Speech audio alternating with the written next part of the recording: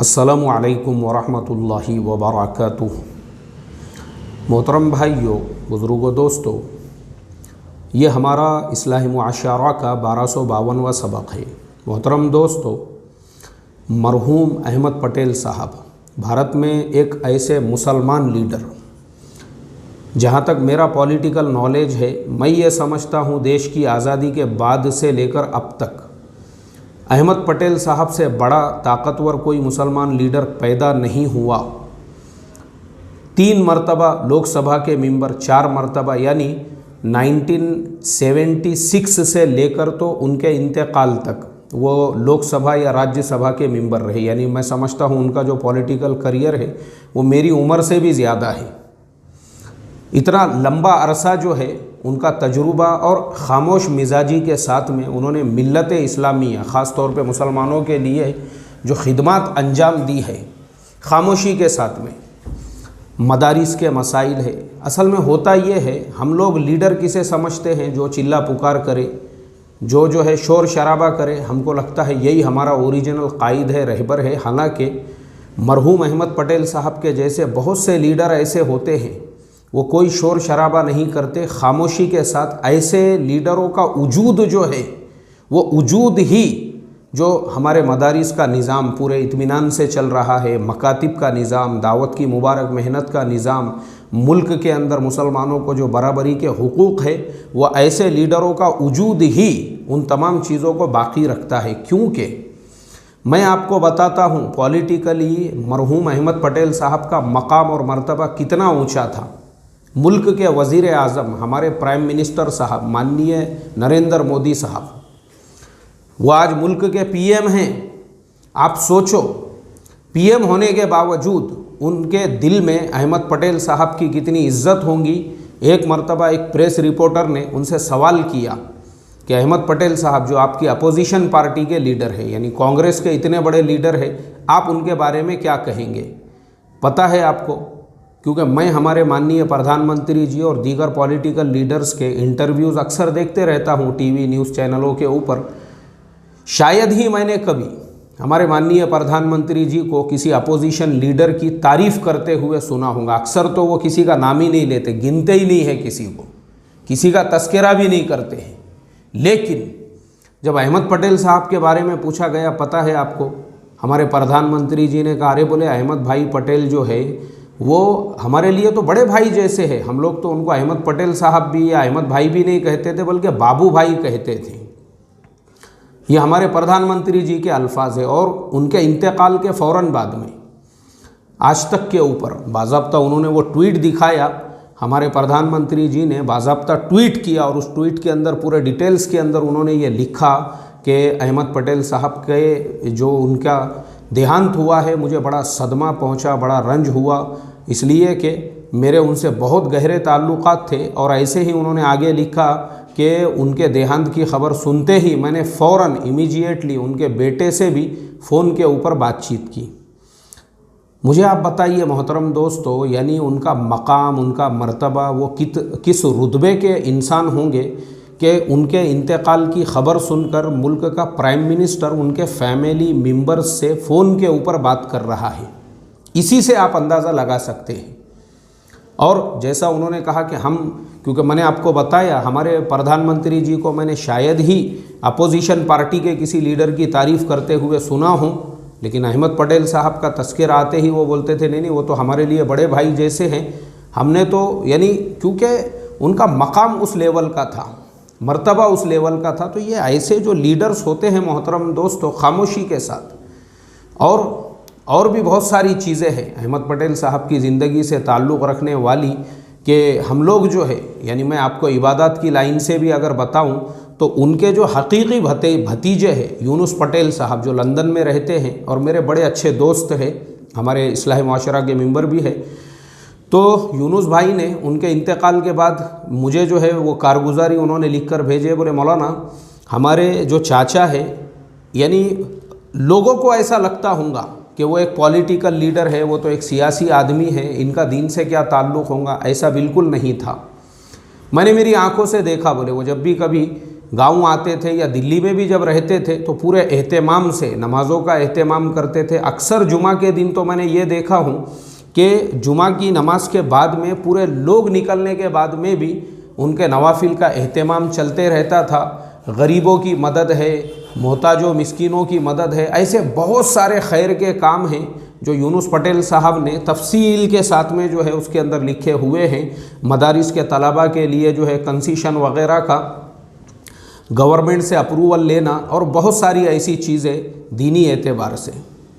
लेकिन मेरे मोहतरम दोस्तों, मेरे दिल में अहमद पटेल साहब की जो इज़्ज़त, जो अज़मत, जो मोहब्बत है, उसका सिर्फ़ एक रीज़न है, सिर्फ़ एक रीज़न, और वो जो रीज़न है वो है लॉयल्टी, ईमानदारी और वफ़ादारी जो कांग्रेस पार्टी और गांधी फैमिली के साथ में अहमद पटेल साहब ने, यानी शुरुआत से तो अपने विसाल तक, ये एक मिसाल है। और इसी मिसाल ने अहमद पटेल साहब के कद को इतना ऊंचा जो कर दिया कि राहुल गांधी उनके इंतकाल के वक्त आसाम में थे, जहाँ पे तरुण गोगोई वहाँ के जो मुख्यमंत्री थे पिछले, उनका भी इंतकाल हो गया था।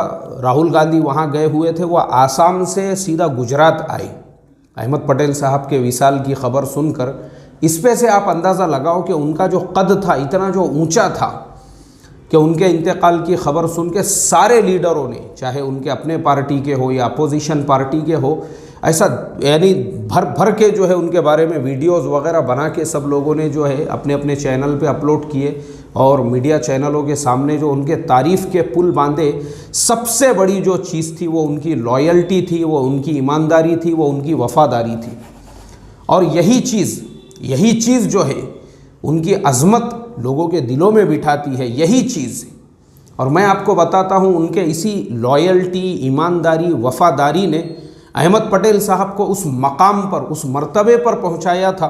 बहुत सारे लोग ये सवाल करते हैं, बोले यार वो 3 मरतबा लोकसभा के मेंबर रहे, 4 मरतबा राज्यसभा के मेंबर रहे, उसके बावजूद वो कैबिनेट मिनिस्टर नहीं बने या उन्होंने किसी किस्म का, उन लोगों को एक्चुअल में अंदर की इनसाइड स्टोरी ही पता नहीं है। अरे भाई मेरे, अहमद पटेल साहब उस मकाम पे पहुंच चुके थे कि वो ये तय करते थे, जो कांग्रेस के आला कमान के जो लीडर है सोनिया गांधी वगैरह, मनमोहन सिंह, इन लोगों के साथ बैठकर वो ये तय करते थे कि किसको क्या कैबिनेट, कौन सी मिनिस्ट्री किसको देना है। तो जिस इंसान के हाथ में खुद ये था कि किसको क्या मिनिस्ट्री देना है, भला वो कैसे कोई मिनिस्ट्री कबूल कर सकता हो। पूरे हुकूमत का निज़ाम ही जिनके अंडर में चलता था, वो उस मकाम के, उस लेवल के इंसान थे। उनको कांग्रेस का चाणक्य कहा जाता था। पता है आपको चाणक्य कौन थे? जैसे आज बीजेपी का चाणक्य अमित शाह जी को कहा जाता है, ऐसे ही अहमद पटेल साहब को कांग्रेस का चाणक्य कहा जाता था। क्यों कहा जाता था, क्यों इतने बड़े मकाम और मर्तबे पे वो पहुँचे, इसके लिए भी मैं आपको बताता हूँ। हमारे यूनुस पटेल साहब, जो मैंने बताया हूँ, मेरे अज़ीज़ दोस्त हैं, लंदन में रहते हैं और अहमद पटेल साहब के भतीजे हैं। यूनुस भाई ने मुझे अपनी कारगुजारी लिखकर भेजे, बोले मौलाना लास्ट टाइम, यानी अभी आखिरी मर्तबा जो है, शायद पिछले साल उनका भारत का सफ़र हुआ था। बोले उस वक्त में हम लोग जो है मरकज़ निज़ामुद्दीन के अंदर यूरोप वालों का जोड़ था, मशवरे के लिए आए थे। तो चाचा से मिलने के लिए भी मैं उनके घर पर गया, तो कारगुजारी आई, तो मैंने उनको बताया कि मैं तो मरकज़ में जो है मशवरे के लिए आया था और मैं मरकज़ के साथ में ही जुड़ा हुआ हूँ। और बोले ये चीज़ हमने आपसे सीखी है। तो अहमद पटेल साहब ने उनसे पूछा, बोले मेरे से? बोले हाँ चाचा, हमने आपसे सीखी है कि आपने अपने पॉलिटिकल करियर की शुरुआत कांग्रेस से की। कांग्रेस के हर दुख में, हर सुख में बड़े बड़े तूफ़ान आए। आपने इंदिरा गांधी जी के ज़माने में कांग्रेस को ज्वाइन किया, फिर संजय गांधी का दौर देखा, फिर राजीव गांधी का दौर देखा, नरसिम्हा राव का दौर देखा। बाबरी मस्जिद की शहादत के बाद कांग्रेस पूरी तरह से टूट चुकी थी। मुसलमान तो कांग्रेस को वोट देने के लिए तैयार नहीं थे, कई मुसलमान लीडरों ने कांग्रेस को छोड़ दिया था और इसीलिए नरसिम्हा राव के बाद में कांग्रेस को कामयाबी भी नहीं मिली पूरे लीड के साथ में, ये भी एक रिकॉर्ड है। उसके बावजूद आपने पार्टी को नहीं छोड़ा, यहाँ तक कि कांग्रेस का एक ज़माना ऐसा आया कि कांग्रेस को सदर बनाने के लिए जब कोई आदमी नहीं मिला, 90 साल से ऊपर के सीताराम केसरी को सदर बनाया गया। पार्टी पूरी तरह से डूब चुकी थी। बड़े बड़े लीडर ये उस ज़माने में कांग्रेस से अलग हुए, शरद पवार साहब और तारिक अनवर साहब और पीए संगमा, इन लोगों ने कांग्रेस से अलग होकर राष्ट्रवादी कांग्रेस की बुनियाद डाली। इन्होंने बोले भाई कांग्रेस तो अब डूब चुका है, ये डूबा हुआ जहाज़ है, इसके साथ में साथ रह के कोई फ़ायदा नहीं है। अगर हम लोगों को अपना पॉलिटिकल करियर बचाना है, अपने को कोई और पार्टी बनाना पड़ेगी। और वैसा ही हुआ। लेकिन ये सारे हालात के अंदर भी अहमद पटेल साहब वो अपनी पार्टी के साथ पूरी लॉयल्टी, पूरी ईमानदारी के साथ में रहे। और वही ईमानदारी और लॉयल्टी थी सोनिया गांधी जी का सबसे ज़्यादा जिस इंसान के ऊपर भरोसा बना वो थे अहमद पटेल साहब। अहमद पटेल साहब ने उनको ढारस बंधाई, उनको हिम्मत दिलाई और कहा कि हम पार्टी को दोबारा उसके पैरों पे खड़े करेंगे। पता है आपको मोहतरम दोस्तों, 2004 में और 2009 में जो कांग्रेस पार्टी की कामयाबी हुई, किसकी वजह से हुई? मैं नहीं बोल रहा हूँ, जाकर देखो BBC, NDTV, आज तक, ABP न्यूज़, सारे चैनलों पे देखो आप जाकर। बड़े बड़े दानिश्वरों ने ये कहा है, सिर्फ और सिर्फ वो अहमद पटेल साहब थे जिनकी नीतियों, जिनकी जो पॉलिसीज़ थी, पूरा ढांचा उन्होंने बनाया। किस तरीके से इलेक्शन लड़ना है, किस तरीके से UPA, उन्होंने ही UPA बनाया था, उन्होंने ही वो अलायंस बनाया। और वो अलायंस बनाने के बाद में 2004 के अंदर कांग्रेस को कामयाबी मिली। फिर अहमद पटेल साहब वो थे जिन्होंने ये तय किया कि PM किसको बनाना है, यानी सोनिया गांधी जी के साथ में मिलकर। वो इतने ऊंचे लेवल के लीडर थे। और ऐसे ही 2009 के अंदर जो कांग्रेस को दोबारा से कामयाबी मिली, उस कामयाबी के पीछे भी जिस इंसान का हाथ था, ये पूरा जो ढांचा था, पूरी जो नीति थी, वो अहमद पटेल साहब की थी। उस मकाम पे, उस दर्जे पे, उस लेवल पे वो पहुंच चुके थे पॉलिटिकली एतबार से। क्यों? सिर्फ अपने लॉयल्टी और ईमानदारी की वजह से। तो हमारे यूनुस भाई ने कहा, बोले चचा आपकी जो ईमानदारी है, आपने जवाल के वक्त में भी पार्टी को नहीं छोड़ा, उरूज के वक्त भी आप पार्टी के साथ में रहे, यही ईमानदारी हमने आपसे सीखी। और मरकज़ से, निज़ामुद्दीन से दावत के काम की हमारी इब्तिदा हुई, शुरुआत हुई, वहीं से हमने काम सीखा। हालात आए तो भी हम मरकज़ के साथ में रहे। कुछ लोग मरकज़ से अलग हो गए, ठीक है, कोई बात नहीं है, लेकिन हम तो, हमारी जो लॉयल्टी और ईमानदारी है कि जिस मरकज़ ने हमको दावत की मेहनत दिया था, हम तो उसी के साथ में जुड़े रहे। और अभी भी बोले हम जो यूरोप वालों के जोड़ में और मशवरे में शिरकत के लिए आए हैं, मरकज़ के मशवरे में आए हैं। लेकिन मरकज़ के मशवरे में आए तो हमने सोचे चलो अब गाँव वालों से भी मुलाकात करना, घर वालों से भी, रिश्तेदारों से भी। अब जब गाँव में आए तो चचा से मुलाकात किए बगैर कैसा जा सकते हैं, ये हमने सिर्फ आपसे सीखा है। ये जुमले सुनने के बाद में अहमद पटेल साहब ने मुस्कुरा दिए यूनुस भाई की तरफ देखकर। ये यूनुस भाई ने मुझे लिखकर भेजा। मेरे मोहतरम दोस्तों, अहमद पटेल साहब की जब ये लॉयल्टी और ईमानदारी के बारे में मैंने पढ़ा, वाकई में यार मेरे दिल में तो उनकी डबल इज़्ज़त और अज़मत जो है ना और ज़्यादा बढ़ गई। क्योंकि मैं उनके बारे में न्यूज़पेपर्स में पढ़ते रहता था, ख़बरों में देखते रहता था कि भाई अहमद पटेल साहब एक हमारे लीडर है। लेकिन ये जो लॉयल्टी है, ये जो ईमानदारी है, 1976 यानी 1976 में अपने करियर की शुरुआत जो उन्होंने कांग्रेस के साथ में की, 3 मरतबा लोकसभा, 4 मरतबा राज्यसभा के मेंबर बने। आज उनको कांग्रेस का चाणक्य कहा जाता है। और ख़ुद सिर्फ एक मुसलमान लीडर होने के नाते से नहीं, बल्कि कांग्रेस के लीडर होने के नाते से वो उस लेवल पर थे। रात में मैं एक चैनल के ऊपर देख रहा था, उसके अंदर वो बता रहे थे शायद ही बोले कांग्रेस को अभी कोई और अहमद पटेल साहब के जैसा लीडर मिले, मुश्किल है बोले।